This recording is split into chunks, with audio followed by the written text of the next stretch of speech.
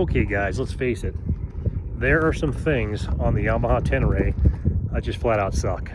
So let's talk about it. I love this bike. I'll go into another video on this. I have a kind of theory. I'll spill the beans a little bit, but this reminds me of my 2013 BMW F800 GS, and some people won't agree with that. I'm surprised I don't hear about it more often, but these things are so similar, it's ridiculous in a lot of ways. Obviously, this is a much better version, but anyway, it does remind me of my 2013 BMW F800 GS in many ways, but that's for another video. So we'll just throw it out there. Put in the comments if you think it reminds you of that, or if you've ever ridden an F800 GS, and if you have some similarities. But right now we're talking about what sucks on the Yamaha Tenere. And like I said, don't get me wrong, one of my favorite bikes I've ever owned. I'm only about 1,000 miles on this thing.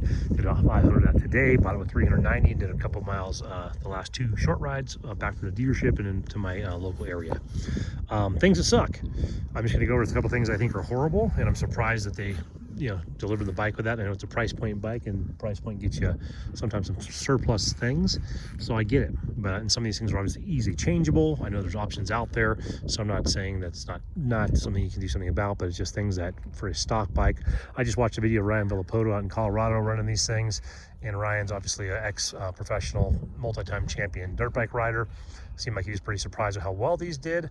I feel like if you would have got Ryan on one of these bikes the first year they came out to the US, he could have done a little bit more research and said, hey, there's a lot of motorcycle transplants going on these things, dirt bike transplants, and some of these things just absolutely suck. So let's not put them on the bike. But anyway, so I'm gonna rant a little bit, but doesn't mean I don't like the bike. I love the bike. So these hand guards, they suck. So there's a horrible little mounting point right there. There's a little cheapy plastic. They bounce all around. They barely cover my hands. They're in a weird position unless you alter a bunch of stuff on the bars and push things back. They really don't sit right. Obviously they suck. So there's that. These mirrors, I think they kind of suck. I don't think it would be, maybe there's some sort of a restriction, like DOT approval or something like that for highway patrol, that you can't put like a double takedown mirror in these things, or the OEMs can't come up with like the same style of takedown style mirror to where you have, I don't mind the shape of this mirror here, and it actually has a good body to it. I just think this arm is ugly as can be, and they suck. So going down and around, let's see, that skid plate right there, it sucks. So I haven't really gotten into too many nasty off-roads yet, off-road situations. I will definitely be doing that. That's kind of what I bought the bike for, is go moto camping, and I don't mean to thrash it. I'm not going to do Camel ADV level stuff. I think those guys are super awesome what they do. I think they make great products. That's one product you can go buy a Camel ADV. They'll make a better skid plate. But yeah, this skid plate sucks. There has to be some sort of cost involved in making that, and I guess maybe it's kind of a pot metal material. Maybe that's a $3 skid plate for all I know, if they're mass producing these over, in overseas. So I'm not really sure. But yeah, that skid plate sucks. So I don't have them on here, but the stock foot pegs, they suck. So this is an aftermarket peg. I'm not even sure who this is. It looks like it could be an ICNC. I'm not sure. It doesn't have any labeling on it. They feel a little light, like very lightweight, but they have a great platform. I love these things as far as the comfort goes, and they look like I said, the nice CNC ones I've put on other bikes. If you're not familiar with nice CNC, they make a lot of billet aluminum products, and they make them a lot cheaper than the other brands for some reason. And 606 aluminum and some of the same grades you're gonna see everywhere else. Just like anything else, these blue pegs, I didn't buy these that came on the bike like that. The blue fades quite a bit, so I try and go with black. Even on this bike, I was actually trying to buy a black bike, but I bought this used with 390 miles on it, and it's blue, and I didn't want the blue just because I didn't want the rims to fade. So blue anodization always seems to fade. So anyway, love these pegs, but once again, the stock foot pegs, they suck. While we're here, this rear brake, it sucks. So it's horrible. I mean, this is like one of the worst brakes I've ever felt on any ADV bike for sure. I mean, by a landslide. I mean, it's not even like a comparable second place. I mean, like, I'm thinking that maybe they had some old surplus from 2007 Yamaha TTR 125s like left in an old box, and some engineer there said, hey, we got 7,000 of these things, let's start the first production run off of this crap. I mean, this is just the ugliest, crappiest, most stretchy just piece of junk I've ever felt in my entire life. I mean, this is the worst brake I've ever had the pleasure, or I guess displeasure, of pushing on. Now, in other videos, people already mentioned that there is other brakes out there. I know Camel ADV makes a phenomenal brake for this. It has a better angle on there to attach to the clevis down there. I mean, but to have the name Brembo right above this contraption, I mean, I'm surprised Brembo didn't just I don't know, pull the FU card and just, hey, sorry, you can't run Brembos with that brake pedal. So phenomenally ugly, phenomenally cheap, intensely feeling. So I'm sure that, nice to put like probably one of those chains on here, after the aftermarket when I will. But I mean, so if it gets hit on something, I feel like this would just pull right out. I had a branch hit the other side today. If it had hit this, I feel like it would have just stretched that damn brake lever all the way around my foot. So like I said, this rear brake pedal sucks. Yeah, so let's get back to some more suck. This exhaust, although it sounds great, I mean, for stock, it sounds great. I mean, it sounds great, but it sucks. I don't like the hanger down here. I know Camo ADV, once again, I'm plugging them a lot of here. I don't even know Camo ADV, but I know they cut that hanger off and put something a little higher. I'm assuming the 2025 or further models in the future will start putting that exhaust up significantly higher. It's a really bad positioning to have it down there. I know we have passenger pegs, so we're trying to hit different marketplaces, so I'm sure to make this a two-person bike and clear the swing arm and all that yada yada, I'm sure there's a reason for them to do that, and I'm sure they don't want to pipe right up there burning someone's thigh if you get the gal in the back or something like that, or the guy, wherever you ride. But yeah, this exhaust, so weight wise, very heavy. I don't like the placement. I don't like how low it is. I don't like how it's hanging out there. People already mentioned when you crash these things, it can mess up the hanger, so we already all know all that. And there's great aftermarket, even on like eBay and AliExpress and all those different places that I'm discovering online, because I don't usually shop like that. There's some phenomenal aftermarket companies making some very inexpensive exhausts that sound even better than the stock one. But the stock one sounds great, but it's a super heavy canister. It's a horrible positioning, and it is a kind of a weak spot right there as far as it hangs out and gets hit when you dump it over. So that exhaust, I was gonna say that exhaust placement sucks. This seat, actually, it's two pieces. I didn't realize I haven't taken it off yet. So actually, I know I did the dealership because I was trying to put the registration there. This, I don't know anything about this seat, but this right here, that seat sucks. So that's a 201 butt miles approximate usage seat. So what I mean is at 200 miles, your butt is probably still compliant with the task you're putting at hand to sit on that. At 201 miles, your butt wants to stand up and watch you take that seat off and unhook it while going down the road and just chuck it into the abyss in this canyon. It is the worst. No, let's admit that. It's not the worst seat I've ever felt, but it's not a great seat. I don't know why no one can figure it out. Lyndon and the boys over at Seat Concepts, I've had maybe 6 of their seats over the course of my dirt bikes and ADV bikes. Back when they used to be over in San Jacinto, I would run in Riverside BMW, so we were very close to each other. I'd be able to run over there and do some prototype stuff with them on my old GSs and some of my dirt bikes and some of the stuff they already had working, but we were helping them with new models. And I don't know, what is it about Seat Concepts? And there's other brands out there too, guys, don't get me wrong, but I'm pretty partial to Seat Concepts with how I've experienced their seats. Been amazing. What foam are they using that the OEMs can't get their hands on that feels so much better at 201 miles compared to this? So yeah, I don't know anything about this seat, but I'm going to just group it as guilt by association. This seat sucks. Okay, what else do we have that sucks? Like I said, I love the bike. This tailpiece does kind of suck, but that's pretty standard. I'm not going to really frown on them. Almost all of these. Oh my God, you saw my license plate. Don't come, whatever people do with that, that we see in public. There we go. Every single bike comes with this big old Christmas tree, and I'm sure that's DOT related and Highway Patrol related, and most people try and go with the California compliancy on the manufacturers from cars and motorcycles, so I'm sure it's some stupid California thing.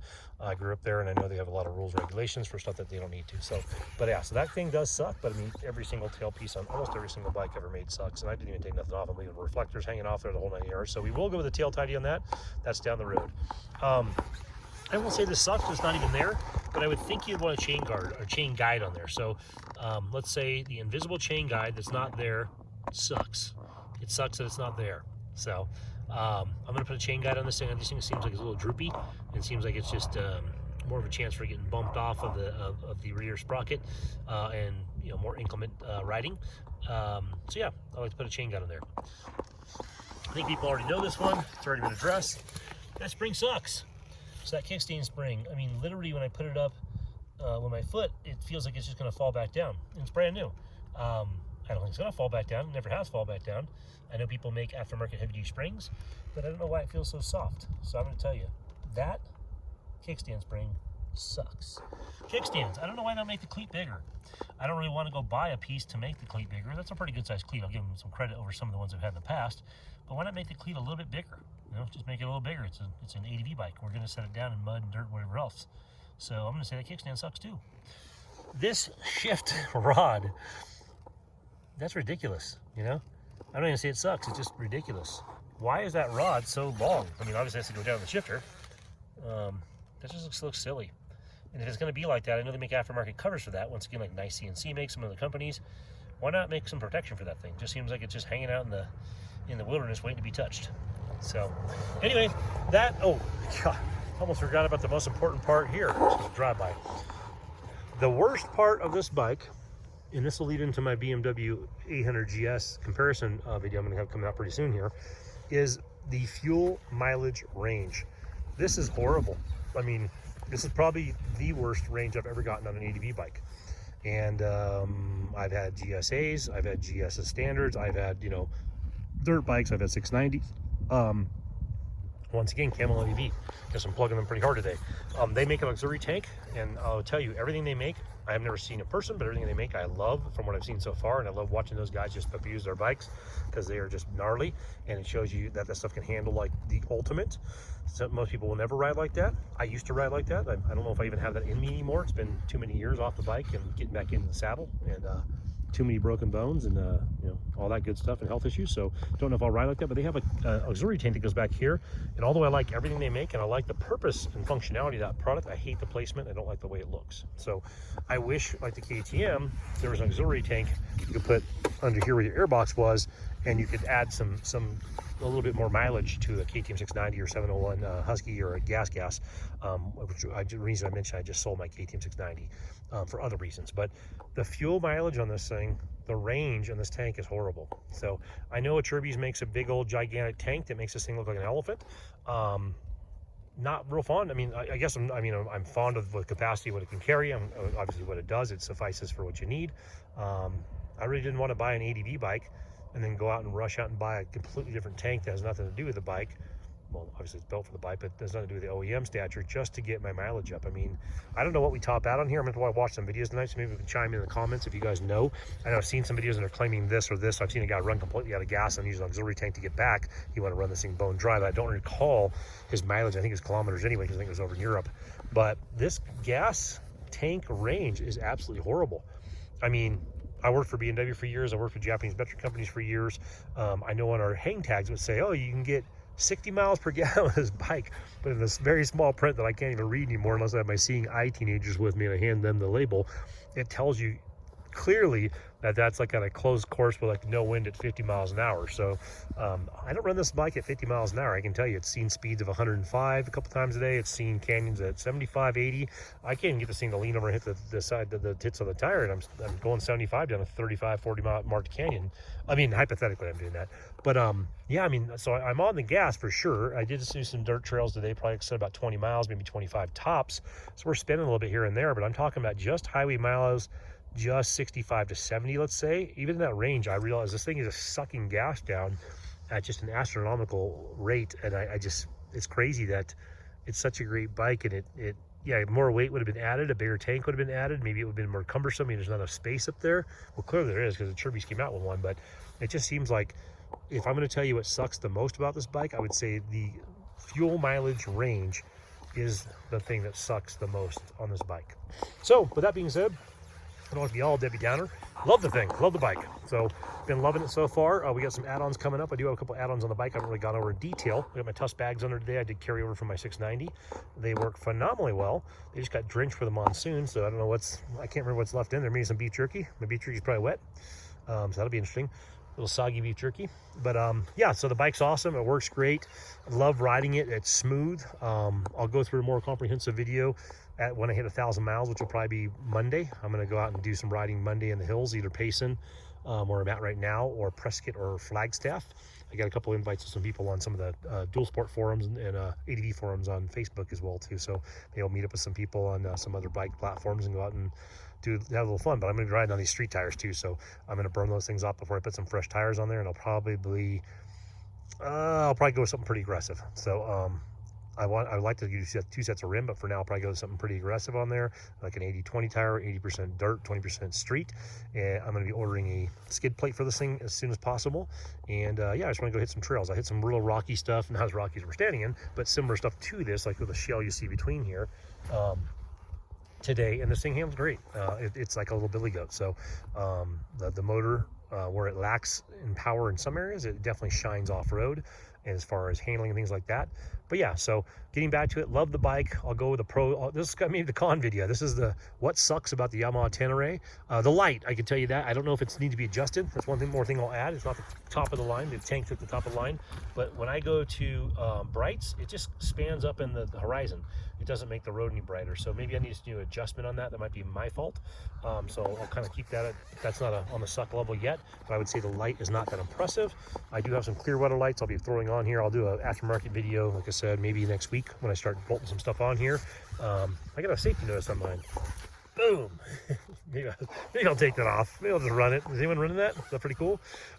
Anyhow, so that's what sucks about the Yamaha Tenere, but all in all, love the bike. I think Yamaha did a phenomenal job.